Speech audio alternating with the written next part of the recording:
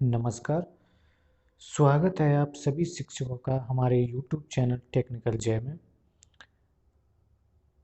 आज module number 10 जिसका नाम है सामाजिक विज्ञान का शिक्षण शास्त्र, इसकी प्रश्नोत्तरी को हम हल करेंगे और जानेंगे कि इसके 10 प्रश्नों के सही उत्तर क्या हैं। तो चलिए स्टार्ट करते हैं।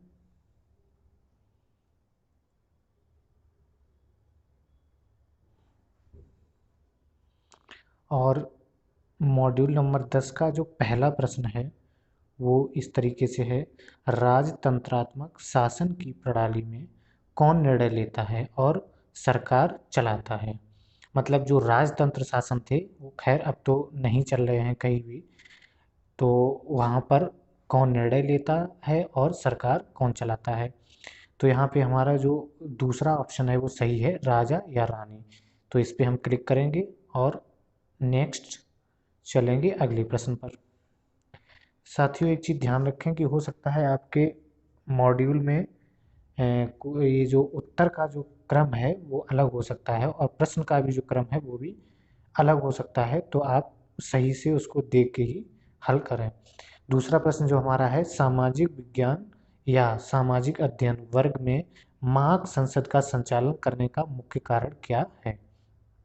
तो यहाँ पे जो है वो मैं आपको बता दूं कि पहला ऑप्शन इसमें सही है, राजनीतिक संस्थाओं के कामकाज की कुछ समझ विकसित करना। तो ये मॉक पल्स के संचालन के संबंध में है, मुख्य कारण है। तो इस पे पहले ही ऑप्शन को क्लिक करते हैं और चलते हैं अगले प्रश्न की तरफ।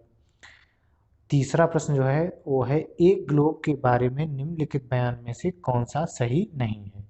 प्रश्न को ध्यान से पढ़ें, कौन सा सही नहीं इसमें पूछा गया है। तो इसमें से हमारा दूसरा ऑप्शन सही है, ग्लोब महाद्वीपों का सही आकार नहीं दिखाता है। तो यही गलत है क्योंकि ग्लोब महाद्वीपों का सही आकार को दिखाता है। तो हम दूसरे ऑप्शन पे चलेंगे और इसको क्लिक करते हैं, बढ़ते हैं अगले प्रश्न की तरफ। 23.5 यानी कि 23.5 डिग्री दक्षिण अक्षांश के रूप में जाना जाता है। तो यहाँ पे ये रेखाओं के नाम दिए गए हैं, ये तो हम सब जानते ही हैं, जो हमारी धरातली पे काल्पनिक रेखाएं हैं।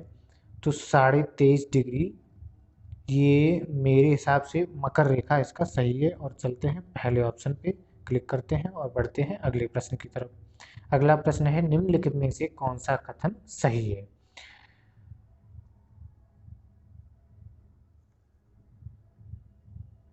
तो यहाँ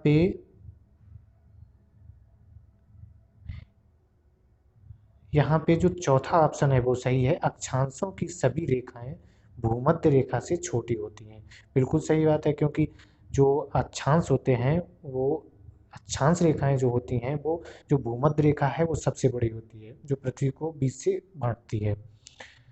चौथे पे हम जो है क्लिक करेंगे, चौथा ऑप्शन सही है, और बढ़ते हैं अगले प्रश्न की तरफ। अगला प्रश्न है, कॉलम ए को कॉलम बी के साथ मैच करें और नीचे दिए गए कोड का उपयोग करके सही उत्तर का चयन करें।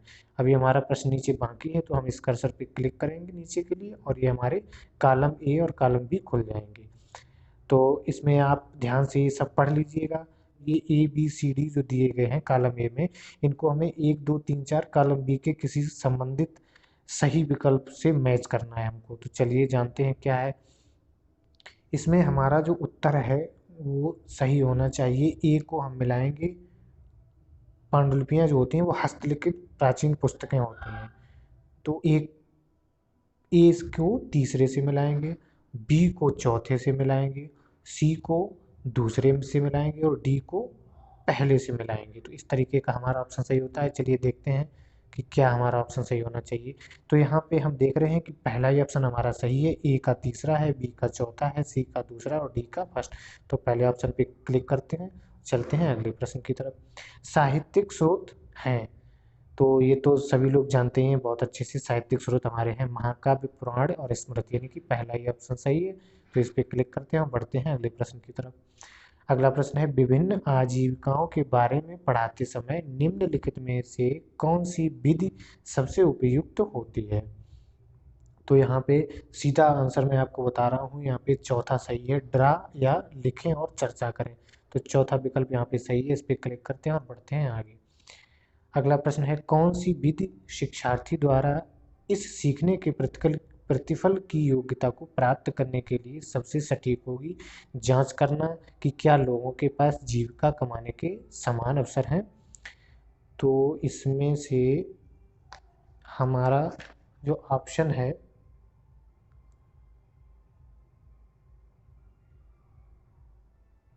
वो होगा परियोजना आधारित ज्ञान, यानी कि जो दूसरा विकल्प है वो सही है। इस पे क्लिक करते हैं और बढ़ते हैं अगले प्रश्न की तरफ।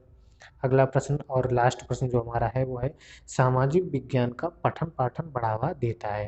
मतलब सामाजिक विज्ञान का पठन पाठन, इनमें जो चार विकल्प दिए गए इनमें से किसको बढ़ावा देता है?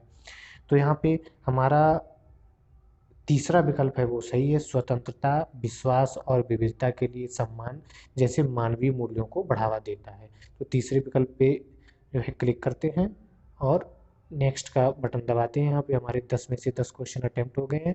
अब हम इनको सबमिट करके देखते हैं क्या हमारे 10 में से 10 सही है। तो हाँ देखिए लिख के आ गया है, योर स्कोर इज़ 10 of 10, मतलब 10 में से 10 सही है। साथियों, वीडियो अगर पसंद लगा हो तो वीडियो को ज़्यादा से ज़्यादा अपने साथियों में शेयर कर दें, लाइक कर दें, कमेंट करके बता दें कि आपको कैसा लगा वीडियो।